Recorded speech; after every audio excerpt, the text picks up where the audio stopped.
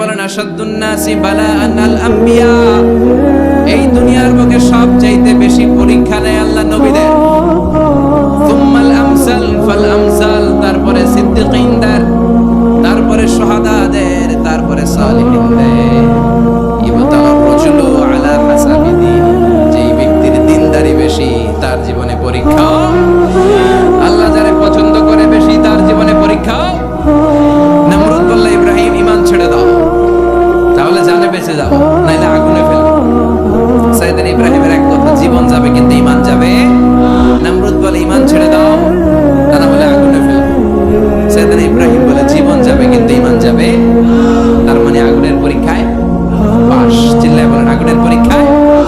পরীক্ষা নাম্বার 2, একটার পর একটা পরীক্ষা নিতে আল্লাহ শুরু করলেন। আল্লাহ বললেন ইব্রাহিম যাও, কলিজার টুকরা সন্তানকে আর হাজারকে মক্কার ধুধু প্রান্তরে ফেলে দিয়ে আসো। ওখানে মানুষ নাই, প্রাণী নাই, জনমানব শূন্য, দেখি আমার কদ্দুর ভালোবাসো। বলতে দেরি, টু শব্দ নাই, মরুভূমিতে ফেলে দিয়ে আসলেন। তার মানে পরীক্ষা নাম্বার 2তেও, কথা বলেন 2তেও। পরীক্ষা নাম্বার 3, আল্লাহ বললেন ইব্রাহিম দেখি তোমার হৃদয়ে আমার জায়গা কতটুকু। যাও, কলিজার টুকরা সন্তান ইসমাইলের গলার মধ্যে তলোয়ার লাগাও। সাইয়েদনা ইব্রাহিম বিয়ে করার পর থেকে আল্লাহর কাছে চাইতে চাইতে শেষ, মাগা সন্তান হয় না। ওনার প্রথম সন্তানটা হয়েছিল সাইয়েদনা ইসমাইল যখন জন্মগ্রহণ করেছে, ইব্রাহিমের বয়স ছিল 86 বছর। এলাকায় আসেনি 86 বছর বয়সে সন্তান হয়েছে। 86 বছর বয়সে তো হাঁটতেই পারে না। সাইয়েদনা ইসমাইলকে যখন আল্লাহ তাআলা সাইয়েদনা ইব্রাহিমকে উপহার দিয়েছেন, তখন সাইয়েদনা ইব্রাহিমের বয়স 86 বছর বয়সে যে কলিজার টুকরা সন্তানটাকে হাতে পেলেন, চাঁদের মতো সুন্দর ছেলে। আল্লাহ বললেন দেখি আমার হৃদয়ে তোমার জায়গা কতটুকু, ইসমাইলরে জবাই করো। বলতে দেরি, ছুরি লাগাতে দেরি হয় না। তার মানে এই পরীক্ষায় একটার পর একটা আল্লাহ পরীক্ষা নিয়েছে, একটার পর একটা পরীক্ষা। আগুনের পরীক্ষায় পাস, ফ্যামিলি বিসর্জন দাও পাস, কলিজার টুকরা সন্তানের গলায় ছড়ি লাগাও পাস। এবার আল্লাহ বললেন এরপর তোমার বড় দায়িত্ব দেব, তোমাকে হজ প্রোগ্রামের এমডি বানাই দেব, ম্যানেজিং ডাইরেক্টর অফ হজ। সুবহানাল্লাহ বলবেন না? আল্লাহ বললেন ইব্রাহিম বিশাল বড় কাফেলা বানাও, হজের আঞ্জাম দাও। সাইয়েদনা ইব্রাহিম বললেন আল্লাহ দুদুমরু প্রান্ত, জনমানব শূন্য, মানুষ নাই, পাখি নাই, কেউ নাই, কিভাবে আমি হজের আঞ্জাম দেব?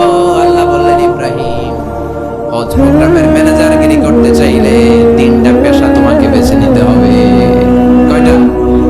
এই 3টা পেশা এর সমন্বয়ে তুমি হজের প্রোগ্রামের আঞ্জাম দিতে পারবে। পেশা নাম্বার 1 তোমার রাজমিস্ত্রির কাজ করতে হবে। পেশা নাম্বার 2 তোমার ঝাড়ুদারগিরির কাজ করতে হবে। পেশা নাম্বার 3 তোমার মুয়াজ্জিনগিরি করতে হবে। সুবহানাল্লাহ বলেন না? ওয়া ইয ইয়ারফাউ ইব্রাহিমুল কওয়াইদা মিনাল বাইতি ওয়া ইসমাঈল রাব্বানা তাকাব্বাল মিন্না ইন্নাকা আনতাস সামিউল আলীম। সাইয়েদনা ইব্রাহিম আর কলেজের টুকরা সন্তান ইসমাইলকে নিয়ে রাজমিস্ত্রির কাজ শুরু করে দিলেন। আল্লাহু আকবার। কাবা ঘর ভেঙে চুরমার, বাপ বেটা মিলে রাজমিস্ত্রির কাজ, পাথর কেটে কেটে বাপ বেটা মিলে কাবা ঘর বানাবে। পেশা নাম্বার 1 শেষ। পেশা নাম্বার 2 ঝাড়ুদারগিরি। আল্লাহ বললেন তাহিরা বাইতিয়া লিত-তাইফিনা ওয়াল আকিফিনা ওয়ার রুকআইস সুজুদ। আল্লাহ বললেন তাহিরা পরিষ্কার করো, মানে ঝাড়ু দাও। বাইতি আমার কাবা ঘর, লিত-তাইফিনা তাওয়াফকারীদের জন্য, ওয়াল আকিফিনা ইতিকাফকারীদের জন্য, ওয়ার রুকআইস সুজুদ রুকুকারীদের জন্য, সিজদাকারীদের জন্য। ঝাড়ু দাও। বাপ বেটার রাজমিস্ত্রিগিরি শেষ, এবার ঝাড়ুদারগিরি শুরু। সুবহানাল্লাহ বলেন।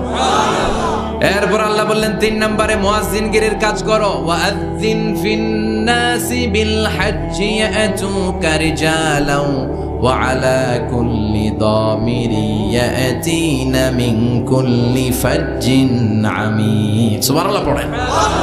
ও ইব্রাহিম